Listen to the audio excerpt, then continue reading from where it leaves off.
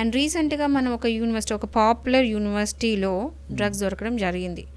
అక్కడ ఏంటంటే almost 47 grams of OG weed and almost 1 kg 15 వరకు గంజాయి దొరికిందంట. ఆల్మోస్ట్ 50 స్టూడెంట్స్ని పట్టుకుంటే అందరూ కూడా పాజిటివ్ వచ్చినారు. ఇదంతా కూడా ఢిల్లీ నుంచి ఎక్కడ సరఫరా అవుతుంటుందో వీళ్ళకి. వెండర్స్ ఎవరనేది తెలుసుకోవాలి, ఎవరు అమ్ముతున్నారు అనేది ఇంపార్టెంట్.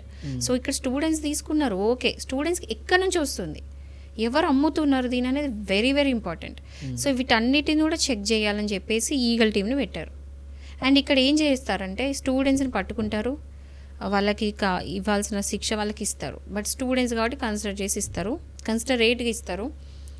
అండ్ ఇది ఎక్కడి నుంచి వస్తుంది, వెండర్స్ని పట్టుకొని మాత్రం వాళ్ళ మీద స్ట్రిక్ట్ యాక్షన్ ఉంటుంది. ఓకే, సో ఎన్డీపీఎస్ యాక్ట్ వస్తుంది ఇందులో. ఎన్డీపీఎస్ యాక్ట్లో సెక్షన్ 25, సెక్షన్ 27 ఇవన్నీ వస్తాయి.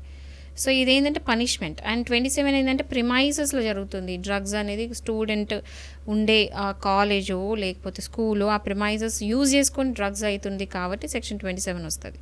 ఆల్మోస్ట్ 1 year వరకు శిక్ష పడవచ్చు, 3 years. అండ్ అమ్మిన వాళ్ళకి ఇంకెక్కువ శిక్ష పడుతుంది.